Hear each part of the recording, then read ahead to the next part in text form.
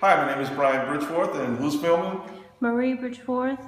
And we're Bridgeforth Design Studio. Every so often, we take the camera and go around the studio, the kind of work we've been doing this past few months, and just sort of freeze it in time, take a look at everything, and just have fun. This is just basically what this is. This is our area, I guess, where we do our sketching and drawing and concept sketches. About a week ago, we were at Tazewell Library, Tazewell, Virginia, and they invited us to their con, and at the con we actually drew and sketched superheroes and stuff for the kids. Well, I discovered these really cool Crayola markers to actually do concept work with. Of this paper, which is basically a matte finish photo paper, I guess that's what you call it. It's actually, the colors and stuff react really cool with it. So they're actually bright, intense, and things like that. So I've been doing a bunch of test drawings and stuff with this, and I guess this is one of the characters. This could be an alien or some sort of cool robot or something. I'm still working on it, but it's fun just sort of sketching it out and testing the markers and paper. Over here are more tests and sketches, concept drawings. At the con, we did everything from a transformer-looking Spider-Man, and again, just testing out the markers on the paper. That could be maybe some sort of concept for a transformer-looking thing later on. Shapes, objects. Over here, more of the same thing, robots and Iron Man if he transformed into a car, what that would look like. I sketch pretty often, and again, it's just sort of, as well as testing out material, these are cardboard backing panels, and I found out that these are really good for, they give them in comic books. And when you get bags and boards, they're actual boards that come with it, but they're really great as far as sketching with the markers. This is some sort of robotic thingy I'm working on, sort of alien kind of influence. I found it really cool sometimes to sort of sketch to scale. So if something is 6 or 7 foot tall, well, get out a piece of paper and sort of sketch it to that height. Over here, again, we have some of our Photoshop work, digital painting, if you call it.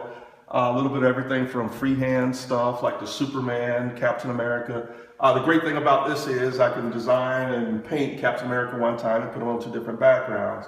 That's really the main reason why we use Photoshops and things like that to digitally draw with. The bat concept, something I worked on a bunch of years ago. This was a design for the Batmobile, if you could actually climb walls, and it was this sort of weird organic shape with just stealth panels. These are concepts for another project we're working on in the future. These are some building concepts, quick Photoshop renderings, as in open up a sheet of black paper and sort of like you're doing, I think they used to call it velvet painting, where you actually just took white and light colors and sort of out of the black bring out shapes. Over here, 3D work, Unreal Engine. We still use that sometimes as far as for 3D environments and rendering when we have to have someone walk through an area. That's real handy. These are some ZBrush sculptures that we worked on years ago. We have a bunch of brand new stuff, so we're actually going to change all these walls over pretty soon. So we went to see Thor, and I was really disappointed with the Frost Giants designs, although the movie was great. But instead of being so frustrated and talking crap about it, we actually came home and modeled our own designs. So that's sort of ideas for Frost Giants. Over here, we have some of the hip-hop influenced stuff, which I really love, and sort of going to be working on projects like that in the future. But this is Funky Element Robots. They have a whole story. These are like gods from Africa. And of course, my dragoons, I'm still working on those. This is something that we first sketched out on the Lynn Haven Pier. We were on a fishing trip and we were drawing pirates, and I think this is when the first Pirate of the Caribbean movie came out. So people were sort of knocking out against my arms and stuff like that, and actually formed all these really cool, weird shapes. So we decided to keep it with it. Picture of my wife and I, of course, you know, she's a pretty one. This is from Nelson Whitaker. He actually does work in 3D work for PlanetSide, and he has his own store, very talented young artist. His brother Arvell is very talented, a whole group of brothers, you know, incredible artists. Excited about working with him again. Over there in the corner, we have some 3D environments, sort of Photoshop renderings, where we take everything from photographs to painted objects and sort of just see what happens. They're very spontaneous, nothing's really planned. Another example of how we use Photoshop, the bottom panel there is a drawing of the samurai. We took the drawing, put it into the computer, and actually came out with 2 different versions of it. last but not least over here, oh yeah, this is the rack for Rhythm and Roots. I think this was a couple of years ago, right, Marie? Yes. We did these. We just basically took in a concept as in, if the music hit the roots, what would actually grow from the roots itself? And so everything from the musicians to animals and stuff like that. This is one of the Darling Boys from the Andy Griffith Show. I think this was like 8 foot by 6 foot drawing or something we've done. But you know, we just made prints and painting. Was it painting, right? Yes, oh, okay. So this one is really neat. I love when Marie and I work together doing stuff like this, where we're combining drawing, painting, markers, a little bit of everything to come up with something or an idea or a concept. But that weekend was a lot of fun. Explain these large drawings on the wall. What, the ones behind here? Yeah, in the Spider-Man. Oh, okay. Yeah, I talked about the Spider-Man already. No, this one. Oh, this one. Oh, I'm sorry. Yeah, I worked at a place called General Foam Plastics for a bunch of years. A lot of cool people. And what I used to do, sometimes you get frustrated and whatever, is either the computer or something went down or whatever. But out in their area, their R&D area, they had this huge drawing table where I could actually write out an 8 foot by 4 foot drawing or something like that, even bigger. And on my lunch break, I used to just go out there and draw superheroes and relieve stress. So I think I did a total of 3, and I think that's the only one that survived was a Spider-Man. So, okay, I thought that's what you were Back talking here? about. Oh yeah, back here, these were done a bunch of years ago, and this is actually the Samurai, but I wanted to do a drawing, take the drawing, scan it into the computer, plot it out, and then actually airbrush it live using just black and white paint. So I actually I think it was Hobbytown, USA. My friend Dan told me about, well, they wanted an artist to come out there and airbrush for them. And that was really cool. They gave me a free Iwata airbrush, which was incredible. And all I had to do was go out there and paint and have fun that day. So I think there's a YouTube video of it or something like that. But this was a lot of fun. Can you raise the... And that's actually the Samurai in the previous panel. Let's see, this way you do this. Okay. Just raise it, don't take it all the way. Okay, well, let's see. Yeah, here we go. That's Kratos and the Beastie kind of thing. I got lucky with that one. I actually put it into the computer, colored it, and sent it to PlayStation Magazine, and actually won Art of the Month or something like that. They never sent me a game, so if they ever see this, hey, you owe me a game. But yeah, that was a lot of fun. Let me hang this back up here. And this acrylic painting here in the corner? Let's see. Oh yeah, this was part of our Bristol toy series we did for Christmas. So we came up with this fictional idea of a famous guy here in Bristol who was a toy maker that actually created toys that came to life. And the thing is that we discovered some drawings that he had and some concept art of it. And so we sort of, I mean, it could have been 10 or 12 or even more little character drawings we did. But we wanted, like, they were on parchment paper or something like that. But that was fun to do for Christmas. I think that's the only one left. And now, on the walls here? Oh, on the walls here, this is from A Western Tale. These were quick black and white concept sketches for characters. Mr. C.R. Blevins, Clint, my man, we're still doing tons of work for him. And right now, this is Western Tale. I think we still have a ton more drawings of this. We're hopefully putting together an art book for later on in the future. But okay, and the oil paintings on the wall here? Oh, okay. We got a commission.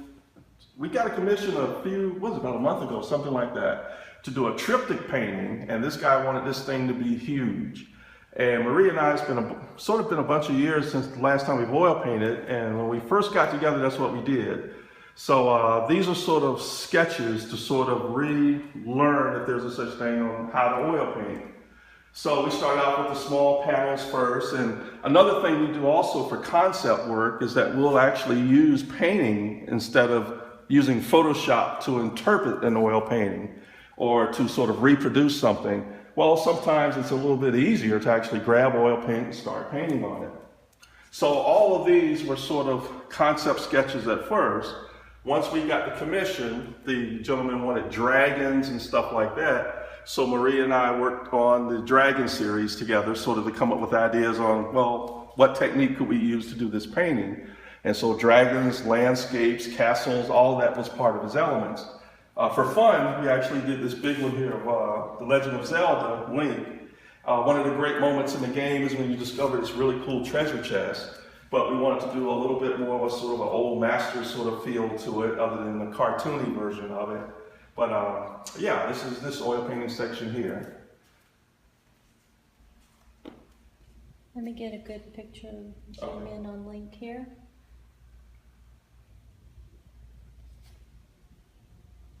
So we have a very sci-fi feel to these oil paintings, not just landscapes, correct?